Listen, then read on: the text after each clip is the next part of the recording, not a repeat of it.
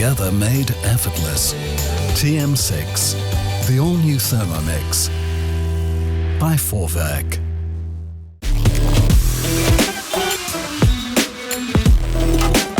In Malta, we don't say.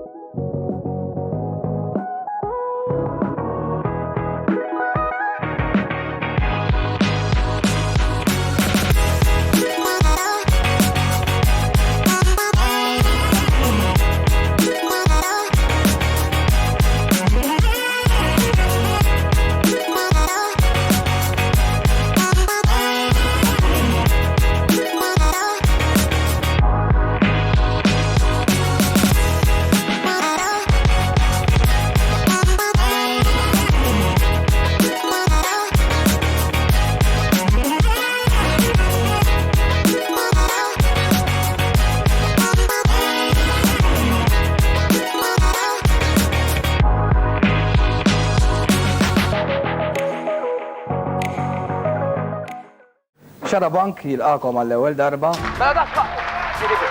U dimmi feħrabtilhom tad-Division 2. They bumped us without any reason. Dak li kienu Twin Towers. Ma ħallux tiġi gwerra fuqna. Kien strange ta' U jisparaw. Ħadd ma jista' jemmen li dan il-Papa Il-Ġermanja waqt il-World Cup. Insemmilkom il-Pjazza tal-Vatikan. huwa l-bidu ta' staġun politiku ġdid. Is-sitt eżorċisti. Wasalna Ħajiti. Il-gwerra. kellu jmur 6 pajjiżi oħra. Le, mhux huma kienu. Fl-aħħar se jinħeles. Terroristi li għaddew minna u sparaw n-nies synthetic drug li ordnajna aħna. Il-karozza għaddiet minn miegħi. Chris Bartolo jinħareġ mill-ħabs. Triq li minna ġesu għadda. L-istorja ta' Xarabank, l-istorja tiegħek. Merħba.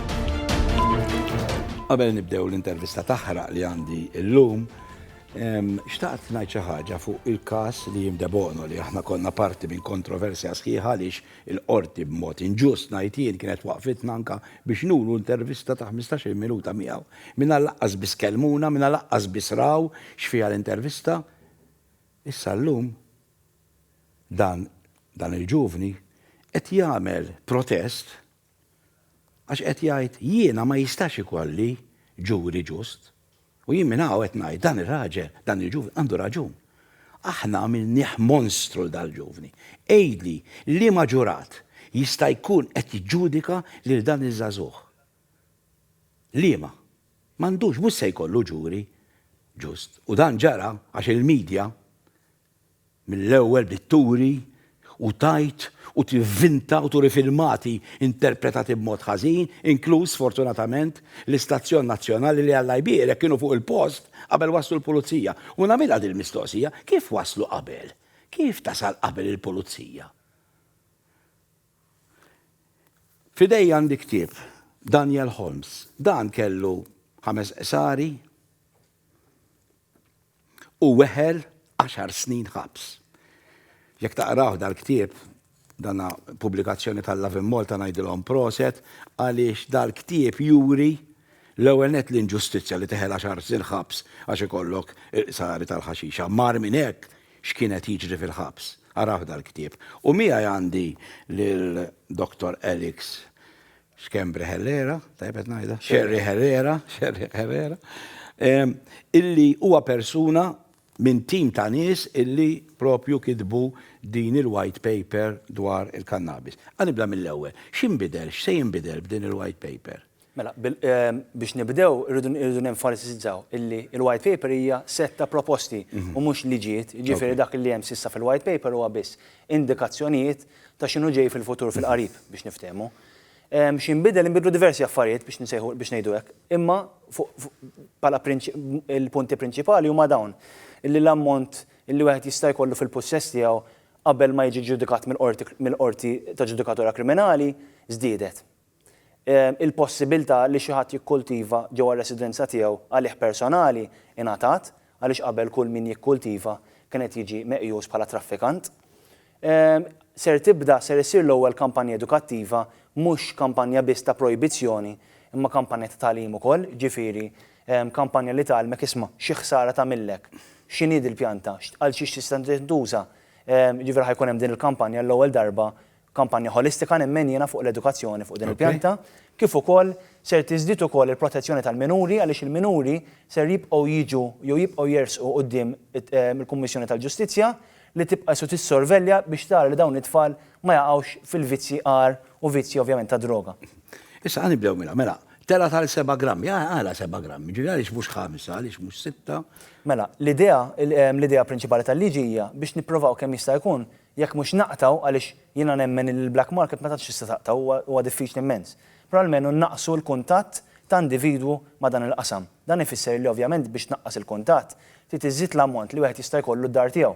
Jekk xi ħadd juża aħna bħala parti mill-proċess ta' studju li għamilna, tkellimna mal-esperti li jintużaw li tqabdu mill-qorti stess biex janalizzaw is-sustanza, janalizzaw kemm jinqabdu, janalizzaw l-ammonti, il-persentaġġi u dal affarijiet kollha. U ġie indikat lilna li persuna li juża regolarment, mhux xi ħadd li juża darba li juża regolarment, juża madwar bej gramma u 3 grammi kuljum. Aħna ovvjament ma stajniex naħdmu fuq l-ammont ta' 3 grammi għax huwa l-ogħla livell.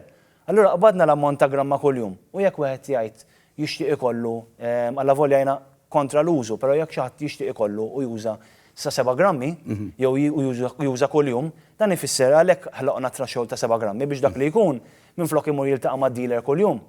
Jekk hemm bżonn ma jmurx, però jipprova jnaqqas. Ok, però hawnhekk u fejn għandi problema biha din il-white paper, u ngħidlek mill-ewwel x'inhi. Jiġifieri l-ewwel nett inti qed tgħid li għamiltu sari daw l-4 sari, ħalli inti kollok iċ-ċans li ma jkollokx għalfejn tmur għand id-dealer, mhux hekk? Dik l-idea iva. L-idea hi li issa, però inti taf illi fil-verità ħafna min-nies ma jistax ikollhom sari. Il-maġġoranza taż-żgħażagħ jgħixu mal-ġenituri u jien ma nistax nimmaġina ġenituri jgħidlek iva ħawwilhom hawnhekk. X'taħseb inti? Taħseb se jkollhom ċans dawn? Jiena nemmen l-ewwel nett li żgħażagħ m'għandhomx jużaw. Le, right, l-ewwel prinċipju għandu naqblu li ma tużax. Però imma aħna qed nitkellmu fuq min se jużi sa bil-white paper. 100%. Però rridu niftakru li l-proposti mhumiex proposti ta' legalizzazzjoni, mhux proposti. Xi jista' jmur jixtri minn ħanut, imma ta' dekriminalizzazzjoni. Ovvjament il-gvern għamel l-ewwel avvanz, però ma jistax jgħid isma' biex kulħadd ikun jista' juża, ħanemendaw il-liġijiet li tista' tkabbar ma nafx fil-ġonna jew. Le mhux imma ġifieri ma s'issa ġifieri inti jew tagħmel għad-dar, la tista' tmur pereżempju tagħmel għand ħabib tiegħek. Mela allura min m'għandux kważi din tiffavorixxi l-minu sinjur u għandu dar kbira. Il-ħaddiema iż-żgħażagħ li daw ma jistgħux. Mhux qed ittuhom, jiġifieri qed tgħidu li tridu li ma jispiċċawx il-ħabs. Però fl-istess ħin u qed nipprova ngħidlek, jekk inti tellajt għal 7 grammi, ifisser li se jistgħu jkollhom iżjed u jfisser li l-pusher, ifisser li d-dealer se jmur aħjar. Għax intom zittulhom l-ammont, mela qsari ma jistax ikolli. Għandi bżonn nixtri, issa jista' jkolli 7 grammi, mela allura ammont il-pusher u nagħmlu iktar. Jien ngħidlek il-pusher vera tieħu pjaċir b'dil-white paper. Tiffavorixxi mhux tiffavorixxi l min huwa sinjur, tiffavorixxi l min huwa indipendenti. Jekk inti għandek minuri u l-minuri jixtieq ikabbar il-pjanti, l-ewwel punt huwa asma' il-ġenituri jekk dat tifel jgħix ma' missieru, jew jekk ħalli ma ngħidux tfal, jekk dan il-ġuvni raġel 20 sena, 25 sena jgħix ma' missieru, aħna ma nistgħux nisforzaw l-omm u l-missier isma' titħallih ikabbar għaliex inkunu qegħdin immorru kontra l-interessi tal-ġenituri. Ġifieri l-ewwel punt irid ikun isma' irridu naraw il-bilanċ s-soċjetà. Jekk jiena ġenitur, jiena għandi dar, u ovvjament inkun nista' matni l-familja kollha, jista' jiġi kważjasi tifel jgħid li isma' jrid inkabbar l-ħaxixa. Nerlu għanzi jkollok residenza tiegħek, għanzi tkun indipendenti. Kieku ma tħallix. Kud deċiżjoni tiegħek li kieku jiena fir-residenza tiegħi ngħidlu le. Però jekk ikollu residenza tiegħu u jixtieq ikabbar, ma nistax, ma naħsibx li huwa li ngħidlu isma' tkabbarx għax ikun indipendenti u għalija kapaċi biżżejjed biex jara fuq il-deċiżjoni. Le 100%. Jiġifieri inti taf li l-maġġoranza taż-żgħażagħ jgħixu ma' missierhom. Alright, ta' tajjeb jew ħażin. U daw, mhux se jkunu jistgħu ikabru, u għandna m'għandhom spazju. U tu, għaliex il-mama jew il-papa jew t-tnej jgħidulhom le, ma tarax se toqgħod kabbar. Però dan aktar juri kemm il-proposti mhumiex intiżi biex jippromovu l-użu, imma biex iħallu lil min. Le biex jippromovu id-dealer. Id-dealer se jmur tajjeb ta' ħafna, għax intom zittulu. Kemm jista' jbih? Inti li mhux qed iżomm f'moħħok huwa li d-dealer xorta huwa suġġett għall-istess liġijiet li kien hemm qabel. Ġifieri jekk id-dealer jinqabad, ħantik eżempju b'100 gramma, nistgħu nemendaw kemm irridu liġijiet u xorta jispiċċa l-qorti, iġġudikat u jista' jispiċċa l-ħabs. Ġifieri ma nistgħux ngħidu li qed ngħinu d-dealer li għax id-dealer. Elix, imma tittammetti illi jekk jiena illum nista' jieħu 7 grammi ta' jinqad ma' droga, ma jekk jiena nista' 7 grammi, iktar hemm ċans illi ikolli daw 7 grammi għax minn jekk jaqbduni ma jista' jiġri li xejn. Allura jien se nixtri iktar milli kont nixtri qabel. Jekk nista' nsemmi mhux ma jiġri xejn. L-ewwel nett is-7 gramma ħajkunu kwalifikati, jiġifieri jekk il-pulizija għandhom suspett raġonevoli jew jkollhom suspett raġonevoli li inti qed titraffika, ħajmxu miegħek ta' traffikant. Ġifieri, jekk inti għandek 7 boros ta' gramma kull wieħed u għandek miżin, jiena ma naħsibx li l-pulizija ħajmxu miegħek ta' simple user imma ħajtrattawk ta' traffikant. Ġifieri traffikanti xorta huma suġġetti għall-istess skrutinju bħal qabel. Ekku. Meta ngħidu erba' sari. Għandek idea kemm tista' toħroġ joints pereżempju minnu. Mela dan huwa biża' huwa punt interessanti u domanda tajba ħafna. Għaliex huwa biża' ta' ħafna nies hemm barra fil-pubbliku sfortunatament. Mhux biża' Monsignor Viktor Grek fil-intervista li hemm għaddejja bħalissa fuq l-internet jgħid illi b'4 grammi aw b'4 sari illi jikbru 7 piedi. Tajb, li hija possibbli. Però kont se nispjega daqsxejn. Iva, tieni ċans ngħidlek xi jgħid tista' jkollok il-fuq minn 527 joints, 527 joint. Di bis-serjetà ġifieri se jkollna. Mela, il-proposta fir-rigward tal-kultivar tgħidlek li sa 4 pjanti. Però nafu li hija proposta u mhux liġi. Jiena għandi nifhem li meta ser tiġi rifletta u ser issir liġi, mhux ser tibqa' biss 4 pjanti, imma ser ikun hemm kwalifiki. Tgħidli x'tip ta' kwalifiki? Kwalifika fil-massimu tal-ammont ta' grammi li jista' jkollok. Kwalifika fil-massimu ta' percentaġġ jista' jkollok. Dan huma kwalifiki li llum fil-white paper ma setgħux jintefgħu għax hekk fil-white paper ikollok kwalifika ta' ħanivvinta ta' 50 gramma u mbagħad fil-liġi jkollok 40 u jkollok 60 jgħidu isma' x'jiġifieri fil-white paper qalu 50 gramma. Allura l-white paper biss qed tikkrea isu l-istrateġija b'mod ġenerali. Issa ovvjament il-punti u l-affarijiet daqs aktar fini irridu narawhom wara l-konsultazzjoni pubblika. It-tfal skont il-white paper u ħaġa tajba di ma tistax inti tpejjeb qudiemhom. Iva. Qed naqblu, però tista' tħawwilhom u tħawwilha qudiemhom. Jistgħu jarawha fid-dar di? Suppost li ma jistgħux jarawha fid-dar. Bl-istess mod li suppost it-tfal ma jistgħux jaraw l-armi fid-dar jekk missier ikun kaċċatur u jkollu l-pistola, dik il-pistola suppost qas jista' jara t-tifel fil-verità u suppost qas hija aċċessibbli. Ħafna drabi tkun imdenda mal-ħajt. Però fil-verità l-enforzar u r-responsabilità tan-nies dvarja minn dar għal dar, minn persuna għal persuna. Ġifieri suppost jistax jara le. Ġifieri kategorikament ngħidlek li m'għandu vera issa oħra ġifieri hekk il-missier irid ipejjeb jew l-om jew tnej biex ma jarawx it-tfal, ma nafx fejn irid jiżraq ħadha ġifieri. Mela, immaġina ikollok kamra hekk magħluqa dejjem u t-tifel jew t-tifel ikunu jafu x'fiha min jaf u hemm ġew ikun hemm dil-pjanta bid-dawl fuqha, min taf kif dina. Ma nafx. Mela, l-ewwel punt. Xi darba jiftaħu jara da, x'eżempju se jieħu. Impossibbli żgur, hemm possibilità żgur. Però l-ewwel punt huwa illi ġeneralment min jikkultiva dawn it-tip ta' pjanti ma jaqbadx jitfal qasrija ġifieri f'kantuniera f'kamra u tiqaf hemmhekk. Ġeneralment ikun hemm ċertu dwar, jużaw it-tinet, jużaw ġifieri hemm sistema jekk ħajużaw tinda, ġo tinda ħad tkun il-pjanta. Qed nuża l-eżempju ta' tinda x'rajna li barra il-maġġoranza tan-nies li jkabru ġewwa residenzi jużaw dawn it-tinet. Ovvjament l-istess eżempju għażen ħajjieħdu jekk jara li għandek stok ta' xorb, jekk għandek ma nafx munsel. Mhux vera li mhux se tidher quddiem it-tfal. Mhux suppost tidher. Mhux vera, ġifieri inti tgħidli hux vera, tista' tagħmilha fuq il-bejt jekk għandek iċ-ċnut. Jekk il-bejt huwa tiegħek biss u għandek ċinti ġifieri dak li jkun ma jistax jara iva tista' tkabbar fuq il-bejt. Ma ġifieri qed ngħidu l-tfal ma jistgħux jitilgħu fuq il-bejt. Le, inti qed tgħid qed ngħidu t-tfal ma jistgħux jitilgħu fuq il-bejt. Mhux kull każ, mhux kull residenza tkun qed tkabbar fuq il-bjut. Le, naf, ma nistgħux nużaw mentalità li kulħadd ħajbda jkabbar il-kanna biss daqs li kieku issa saret, ġifieri daqs kieku issa insomma, ġifieri 40,000 jieħdu skont il-figuri. Minn popolazzjoni ta' 9 miljun ruħ. Iva, 40,000 huma 40,000. Ma wieħed minn kull 10, ġifieri mhux kull dar, mbagħad. Wieħed minn kull 10. Jista' jkun hawn min qed jgħid li b'din il-white paper se jiżdiedu x'taħseb inti. Mela, għal dak l-argument nixtieq nagħmel referenza s-sistema li hemm ġewwa l-Portugal. Il-Portugal huwa pajjiż fejn id-drogi kollha ilhom dekriminalizzati għal aktar minn 15-il sena. Meta naraw il-persentaġġ u r-rata tal-użu ta' dawn id-droga ġewwa l-Portugal, rajna li fil-bidu meta bidlu l-liġijiet u ħallew id-dekriminalizzazzjoni, l-użu naqas ta' kull droga. u mbagħad ġie isu platod, ġifieri l-użu baqa' isu l-istess. Allura l-argument li isma' anzi jkollok il-liġi id-droga dekriminalizzata ħaj jippromovu l-użu. L-argument huwa ma jreġix għaliex fil-prattika u meta naraw eżempji ta' pajjiżi oħra, l-użu naqas fil-verità, ġifieri l-użu huwa prospettat li ħajonqos ukoll f'dal-każ. Nerġa' mura tfal, it-tfal jekk jitpejjeb qudiemhom hemmhekk qed tikser il-liġi biex skont il-white paper.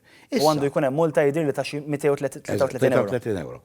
Issa, immaġina di situazzjoni illi il-parents qed jipejpu qudiem it-tfal u speċi daħad ma se jkun jaf ġiran, nispera ma se tgħodu tibgħatulhom il-pulizija iħabbat u jidħol mhux hekk, kif se tkun taf u se tkun taf. Ħlief illi t-tfal imorru l-iskola, ikunu ma xi dal-gruppi li jagħmlu bejniethom jiftħu qalbhom u jgħidu id-dadi kuljum ipejjeb. U b'fdaqqa waħda tat-tifel jinduna li kixef il-missieru dik mhux trauma tfal qed jikxfu l-missierhom u l-ommhom u jaħlu multa minħabba fihom. L-ewwel nett bħalma jkun hemm dak it-tifel li jgħid għax missieru ipejjeb il-ħaxixa, jkun hemm tifel ieħor li jgħid isma' għax missieru sakranazz, kuljum wara x-xogħol imur il-każin, jinfaqa' jidħol id-dar, jiekol fis-sodda u daqshekk u bum lesta l-ġurnata. Ma jiġru xejn dak imma. Ekku, ma jiġru xejn mhux illegali li jixorbu qudiem it-tfal. L-istigma u trauma sfortunatament qed nikrew aħna bħala soċjetà. Huwa legali li tkun fis-sakra qudiem it-tfal tiegħek għaliex inti m'intix qiegħed fil-kontroll tiegħek innifsek għas separata tfal. Ġifieri l-illegalità għandna nikkomparawhom bl-istess mod. Meta tifel ħajjajt isma' għax missieri jpejjeb il-ħaxixa, m'għandux jiġi ġudikat bl-istess mod li tifel li jgħid isma' għax missieri jieħu l-eroina għaliex naraw il-ħsar li tagħmel, naraw x'inhu ma xedjul dawn id-drogi fuq livell internazzjonali. Malta sfortunatament id-drogi huma kollha klassifikati bl-istess mod. Ġivjem klassifika ta' dawk li huma legali u klassifika ta' dawk li huma illegali. Fuq livell internazzjonali naraw l-scales, naraw il-gradi. Naraw illi hemm is-softer drugs u l-harder drugs. Illi l-eroina hija fit-tarf fost l-ar droga li tista' tmiss f'ħajtek. Mbagħad il-kannabis hija komparata ma' xorb alkoholiku, ma' sigaretti. Ġifieri l-istigma tas-soċjetà għandha tirrifletti din dawn il-gradi fil-verità. Mela ħan nifqu għal waqfa qasira. Kieku Daniel Holmes għadu l-ħabs. Wara li nibdew ngħidu li jista' jkun erba' tiqsari da. Neħilsuh? X'setajt il-liġi ħansaqsih. U jekk pereżempju filgħodu driver tal-minibus jieħu joint jew tnej. U mbagħad imur iġor it-tifel tiegħi jew tiegħek. X'se jiġri? Xi ħadd li qed juża crane pereżempju u jkun ħa joint. X'se jiġri? Insaqsuha u jwieġibni wara dal-break.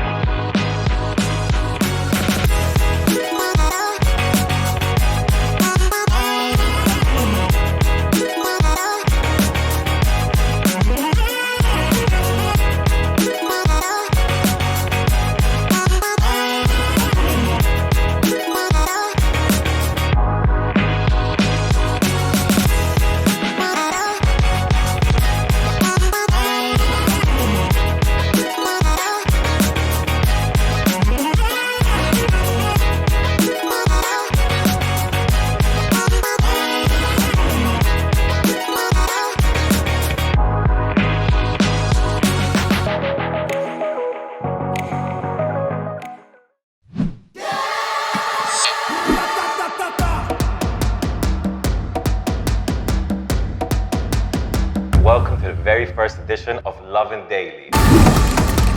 This is going to be an incredible expose of Malta's prison. Welcome to COVID Calls.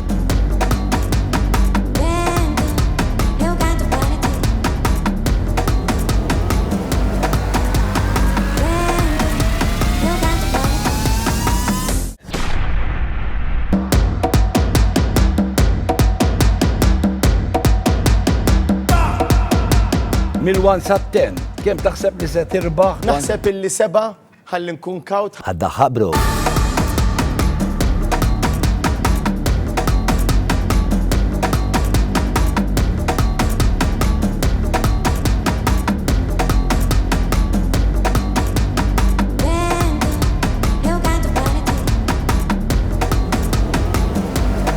Grazzi lilek u grazzi lilla fin Malta.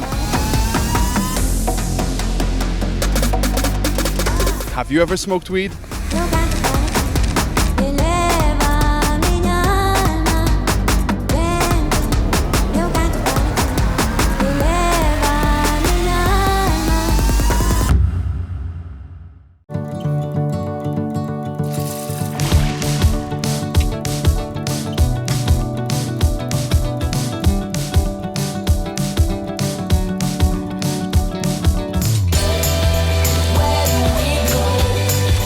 Getting in shape made effortless.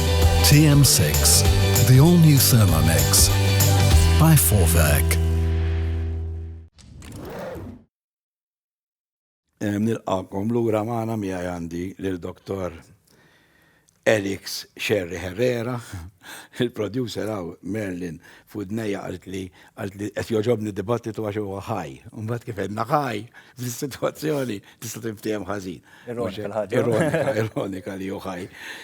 Mela, qabel morna qed insaqsi, dawk in-nies illi hemm il-ħabs, m'hemmx ħafna vera, hemm nies illi għadhom jiskontaw sentenza ta' meta kif għadt inti stess għax ikollok il-qsari teħel sentenzi ħorox ħafna ġifieri. L-ar fl-Ewropa sentenzi meta nikkalkulhom ma' pajjiżi oħra. Aħna għandna iktar sentenzi ħorox fl-Ewropa. Dawk sewwassa wara li ngħidu li okej li jkollok qsar jibqgħu hemm ġew. Mela, l-ewwel ħaġa li rridu nanalizzaw huwa jekk dawn fis-sens kull sentenza per se u naraw jekk il-ġudikant fid-deċiżjoni u fis-sentenza li ta' daħalx fil-kunċett jekk il-kultivazzjoni kienx għall-użu personali tal-individwu jew setgħet kienet oltre minn hekk. F'każijiet fejn huwa ċar jew ċarat li l-kultivazzjoni kienet għall-użu personali tal-istess persuna, għandi nifhem li ħajkun hemm rimedji jew mekkaniżmi biex dak li jkun jista' japplika l-qorti jew jitlob biex id-deċiżjoni tiġi varjata. U jinħeles jiġifieri. Però jrid jiġi kreat mekkaniżmu ad hoc għaliex illum il-ġurnata nafu li once jkun hemm sentenza hija sakemm ma tiġix appellata hija ġudikata u ma tistax tinbidel. Però għandi nifhem li jrid ikun hemm dir-rimedju. Taqbel int li jkun hemm dar rimedju. Għal każijiet fejn ġie indikat illi l-kultivazzjoni kienet għall-użu tiegħu. Però każijiet fejn ma ġiex indikat li l-kultivazzjoni kienet għall-użu esklusiv, per eżempju ma nafx ħanivvinta, xi ħadd li kkultiva ġnien sħiħ b'50-60 pjanta. F'dak it-tip ta' każijiet jekk m'hemmx indikazzjonijiet fis-sentenza li kien għalih, għandi nifhem li mhux se jkun jista' jibbenefika minn dawn il-liġijiet, le. Għaliex il-qorti ser tkun iġġudikatu u ratu bħala traffikant illi anka b'dawn il-proposti xorta ser jibqa' jiġi ġudikat bl-istess mod. Issa, kif qed qabel ma morna l-break, illi inti pereżempju tkun is-suq krejn, jew tkun driver tal-karozza, jew tkun tabib, jew ners, għax dana kulħadd ġifieri tgħaddem hemmx min hu min mhux jieħu id-droga inkluż il-ħaxixa. Daw x'se jiġri dwarhom? Jistgħu jagħmlu hekk? Mela, ma suppost skont kif ser tkun kif il-liġi llum u kif ħad tkun il-liġi għadha pitada, ma jistgħu qatt. Tajli għalfejn ma jistgħu qatt jekk m'hemmx riflessjoni fil-white paper illi aħna nafu li l-liġijiet b'mod ġenerali japplikaw għad-drogi kollha. Jiġifieri il-projbizzjoni mill-issuq taħt l-influenza droga diġà teżisti u teżisti mhux biss għal min juża l-kannabis imma teżisti għal min juża l-kokaina, l-eroina. Jiġifieri min jipprova jsuq jekk hux xinġeni, jekk hux krejn, jekk hux karozza, ikun qed imur kontra l-liġi jekk isuq taħt l-influenza ta' droga. Ġifieri dik l-ewwel punt. L-influenza ġifieri joint nej kemm. Taħt l-influenza. L-alkohol il-liġi taw ammont, jiġifieri jgħidulek illi inqas minn ċertu ammont ta' milligrams fid-demm tista'. Però jekk mhux se jkun hemm ammont illi permess fir-rigward tal-kannabis dan ifisser li hemm projbizzjoni assoluta. Ma tistax. Ma tistax. Kif se jkunu jafu da xi jagħmlek test? Mela, ovvjament irid ikun hemm daka fuq kif ħajkunu jafu għandhom jiena minix il-persuna idonea biex inwieġbek għax l-enforzar mhux se nikreah jien, però naf ngħidlek illi pereżempju ġo pajjiżi bħall-Awstralja jeżistu l-mouth swabs. Jiġifieri jekk inti tkun pejjibt inqas minn 24 siegħa qabel ma tkun qed issuq, bil-mouth swab ħajriżultalek u ħajdetekkjalek fis-sistema illi inti pożittiv. F'pajjiżi oħra jimxu hemm it-testijiet tad-demm, hemm it-testijiet tan-nifs. Però ovvjament irridu naraw x'test u x'sistema ħad tiġi implementata u Malta biex dil-projbizzjoni mhux biss tapplika jew tkun fil-liġi imma tapplika n-realtà wkoll. U anke jekk tmur ix-xogħol pereżempju naħdem ġo fabbrika fuq il-makkinarju, tajjeb ġifieri illi jekk inkun xi ftit insomma dan, nieħu joint jew tnej, naf Taf nkun tkun ma jkollix xi riflessi darba, biżejjed. Iva. Il-projbizzjoni tal-użu tas-sustanza fuq il-post tax-xogħol teżisti wkoll fil-liġijiet li hemm tal-employment. Tista' teżisti wkoll fil-guidelines jew fir-regolamenti interni tal-kumpanija personali, tal-kumpanija. Ma tmux kontra drittijiet fundamentali li jgħidlek isma' inti ma tistax tieħu joints. Mhux se jgħidulek illi inti ma tistax tieħu joint f'ħajtek, ħajdulek isma' inti ma tiġi x-xogħol ma tistax tkun taħt l-influenza. Fil-weekend tista'. Bl-istess mod li hemm il-projbizzjoni fuq ix-xorb. Inti jekk ħadd tixrob nhar ta' Sibt u taħdem it-tnej, ħadd ma ħeġi waqfek, però jekk ħadd mur tieħu nofs biex tkun whisky it-tnej filgħodu tibqa' sira x-xogħol, ċert li l-employer tiegħek ħajlek isma' tersaq li hawnhekk illum. Il-problema tiġi meta tkun għamil tal-ħadd fil-għaxija, tiddamdam u filgħodu tkun imdamdam. Hemmhekk ma nafx min ikollu raġun jekk hux l-employer jew l-ħaddiem. Jekk inti ħatibqa' taħt l-influenza tas-sustanza, m'għandekx tmur ix-xogħol għaliex ovvjament hija sustanza li tagħmel ħsara bħal huma sustanzi oħra ġifieri mhux qed ngħidu. Ħanpoġġilek din il-xenarju hekk li forsi n-nies jaħsbu li ma jeżistix, imma se jkun jeżisti dana. Jekk se tkun okej għal kulħadd li jista' jkollu l-pjanti, jista' jkollok maġistrati jew mħallef illi jiżiraw il-pjanti d-dar mhux hekk. Teknikament għandi nifhem il-iva. Jista' jkollok dik is-sitwazzjoni iva. Mhux hekk jista' jkollok is-sitwazzjoni. Ma naħsibx li se tkun però jista' ma nista' neskludi xejn. U żgur li u vera ma teskludi xejn għax normali għandna bredmin bħal mi se jkollok avukati tob. Bħal m'hemm ġudikanti li jxorbu jpipu sigaretti. Eżatt, naturalment, eżatt. Issa mbagħad tara hekk stramba li il-ħadd da mhux qed jikser il-liġi qed jieħu joint dan, eċċetera. U mbagħad it-tnejn imur jiġġudika jwaħħal il xi ħadd il-ħass pereżempju għax inqabad bil-kokaina. Ma tarax li hemm valur imnellaħ kontradizzjoni. Mela, fir-rigward tad-distinzjoni bejn il-kannabis u l-kokaina, qabel semmejtlek l-element tal-gradi. Jekk wieħed jara il-konvenzjonijiet fuq id-droga tal-ġus Magħquda ġifieri tal-United Nations, hemm distinzjoni ċara. Naqblu. Bejn il-kannabis li jista' jkollha, mhux dejjem, però jista' jkollha xi benefiċċji xjentifiċi, skużani, u dan huwa approvat, u drogi oħra li ma jista' jkollha l-ebda benefiċċju. U għalhekk il-liġi jew il-proposti huma riflessjoni tad-distinzjoni li għandha ssir bejn is-sustanzi, skużani. Jiġifieri, jekk ħadd jiġġudika xi ħadd li qed juża il-kokaina sustanza differenti. Iva. L-eroina hija wkoll sustanza. L-eroina biex toħodha hemm min joħodha fil-vina.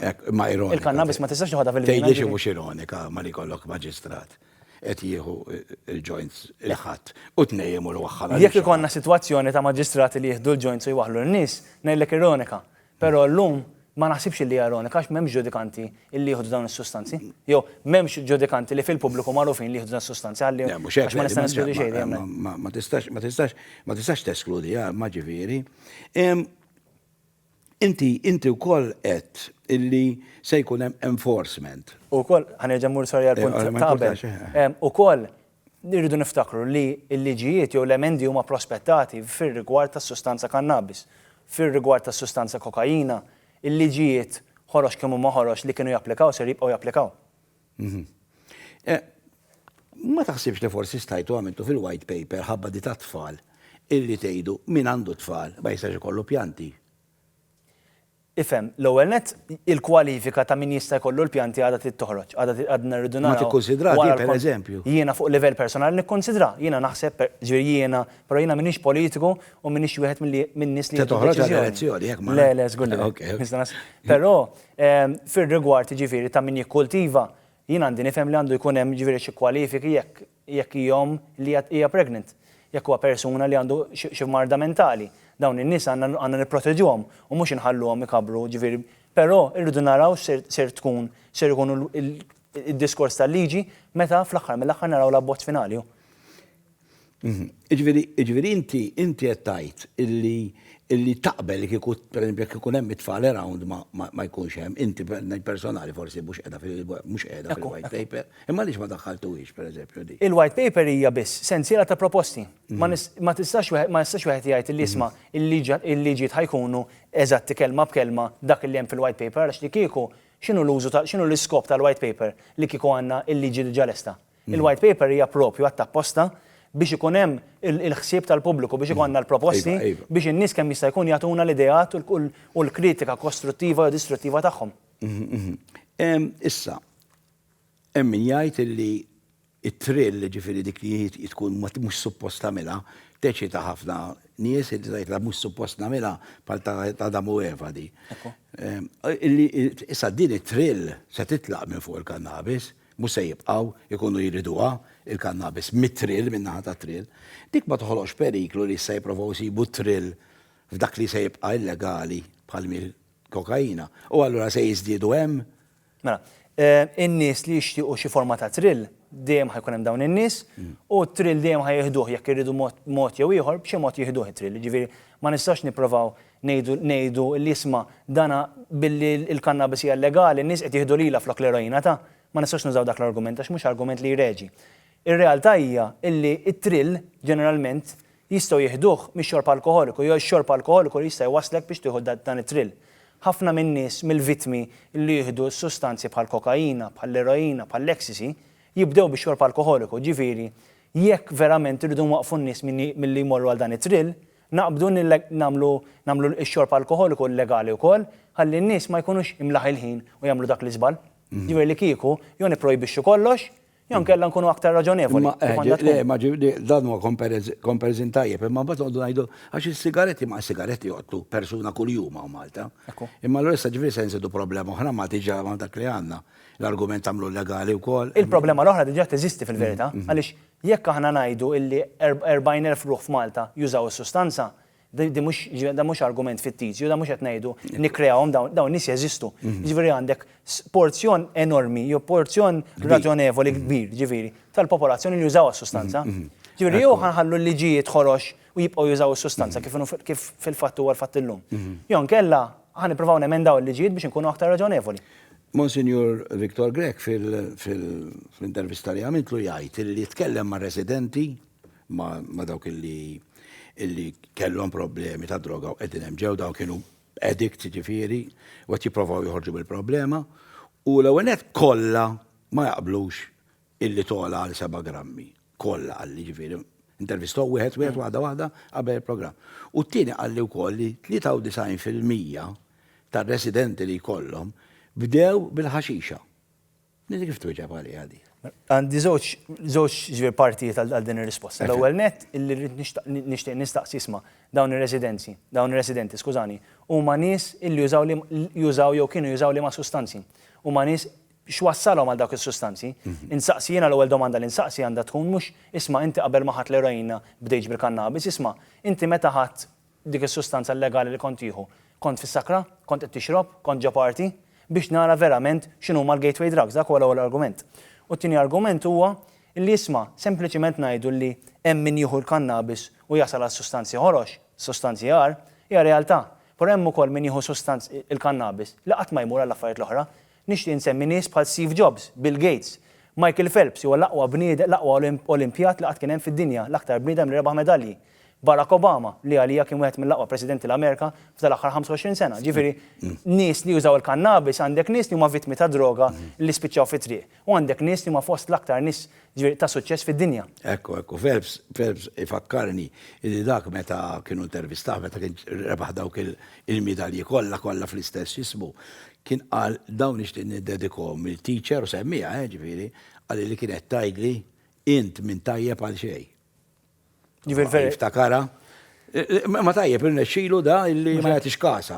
Sfortunatament ikun hawn min jagħti kasu jgħid vera min tajjeb għal xejn u jkun mhux tajjeb għal xejn. Fil-verità Pep ħanajdlek is-sustanza hija sustanza li tagħmel ħsara. Bħal huma diversi sustanzi oħra ġifieri available Malta, mhux Malta, d-dinja kollha.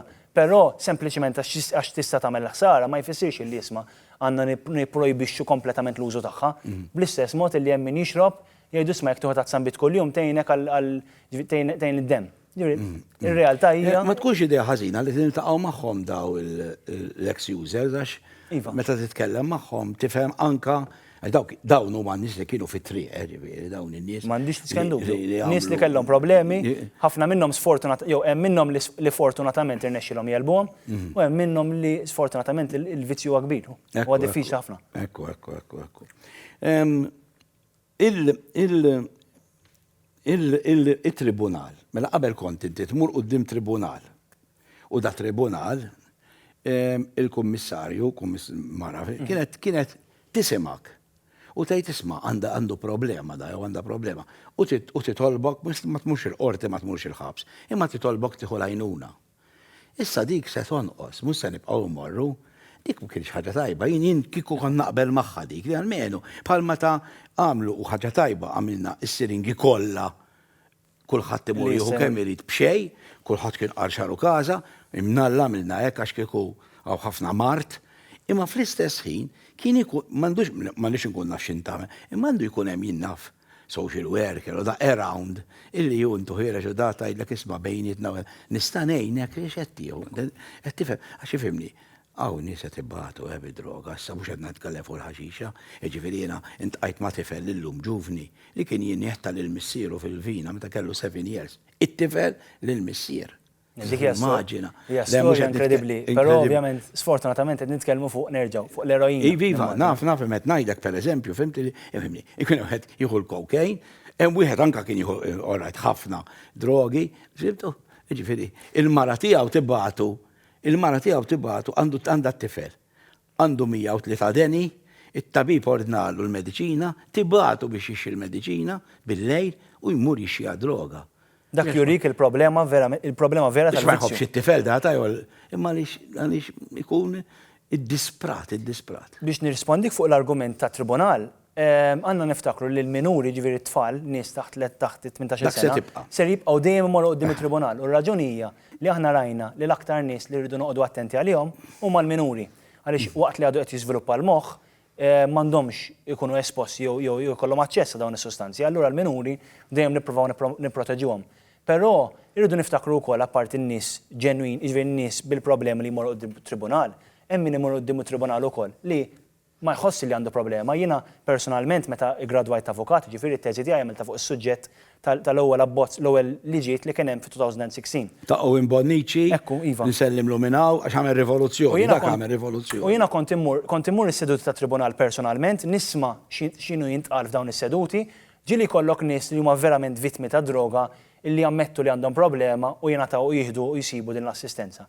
Però ġieli jkollok nies ukoll. Ħantik eżempju ċar, kien hemm tifel niftakar ta' 19 sena, mar quddiem it-tribunal qal isma' daqs kemm hemm min jinfaqa' imur jixrob, daqs kemm hemm min imur jieħu sostanzi għar minn hekk u jibqgħu għaddejjin b'ħajjithom normali.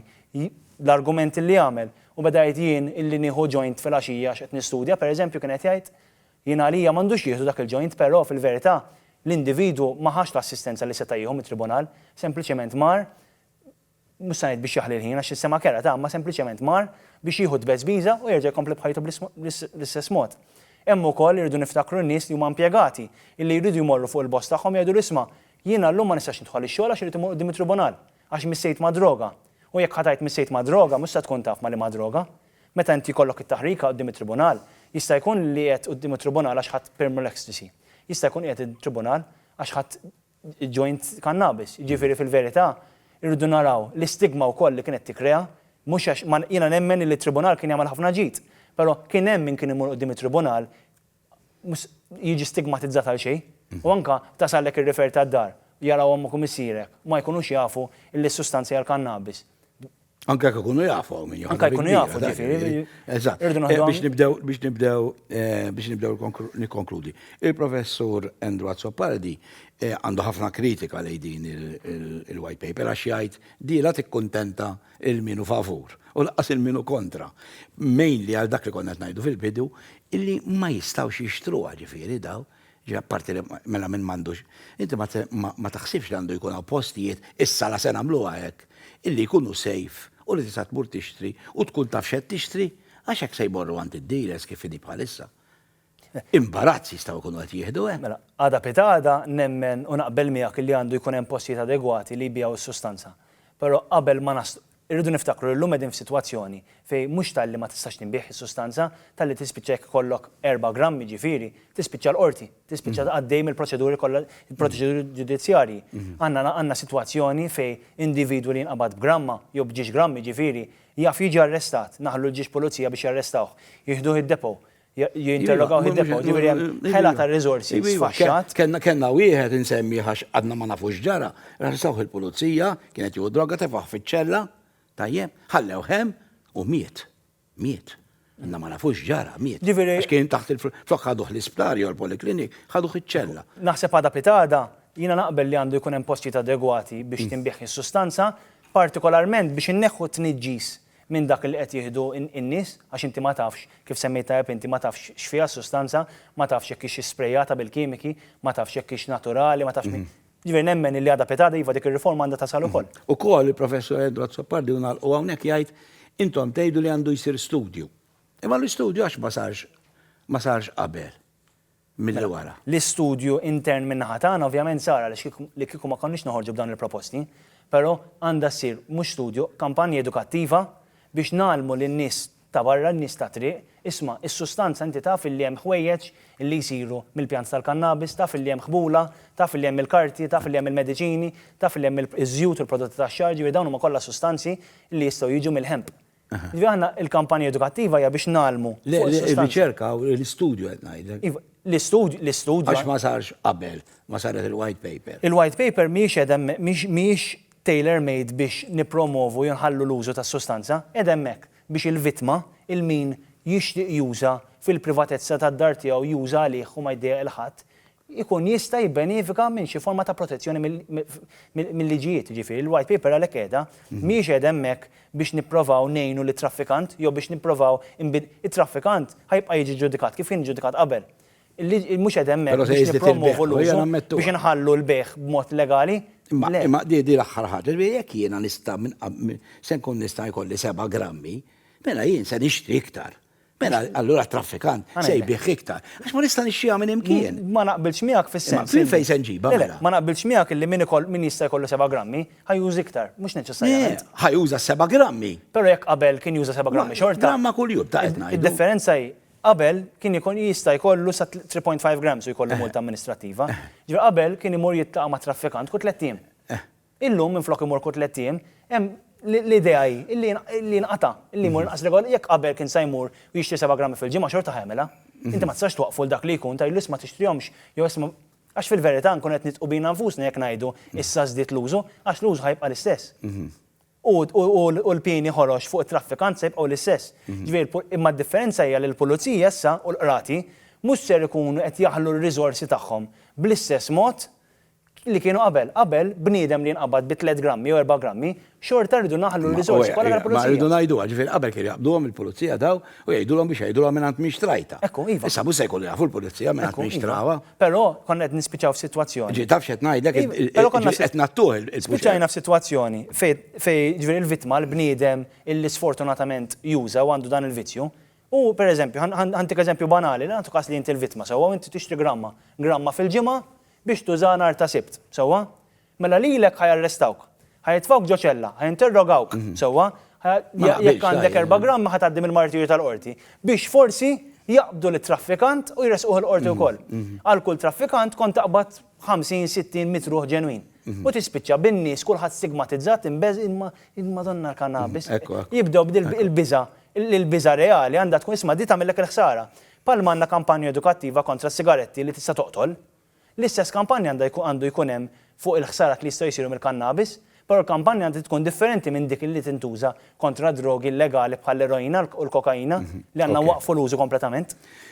Jien nirringrazzjak. Grazzi lilek tal-istedina. Lajna, inti tiġi t-tifel tal-imħallef, iva. Consuelo Xerri Herrera. Il-kuriosità, inti tista' tidher quddiem ommok, tidher bħala avukat qed ngħid. Le, żgur li le. Ma tistax qabel hekk kienet sa fejn fien, le? Bħalissa bil-mod ta' kif il-liġi li kieku jkolli klijenti għaj.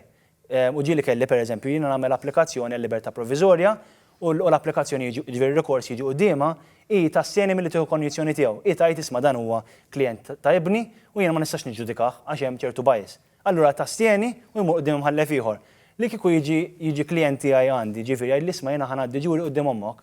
L-ewwel ħaġa ngħid l-isma' tista' toħroġ il-barra għaliex b'konvenjenza ġejt għandi llum il-ġurnata. Ġifieri jiena jekk l-individwu jkun diġà qed jiġi ġudikat. Ġien darba kelli lil huwa jew il-Ministru kien qal li jiġi jidher qudiema. Iva, qabel kien jidher fem illum il-ġurnata ilu Ministru għal ċertu ammont ta' snin u ma jidirx, però qabel kien iva ġieli jidher qudiema minħabba li l-liġi kienu jippermettuha. Illum ma jippermettuhiex. Le. Alex nirringrazzjak. Grazzi ħafna lilek tal-istedina. Grazzi.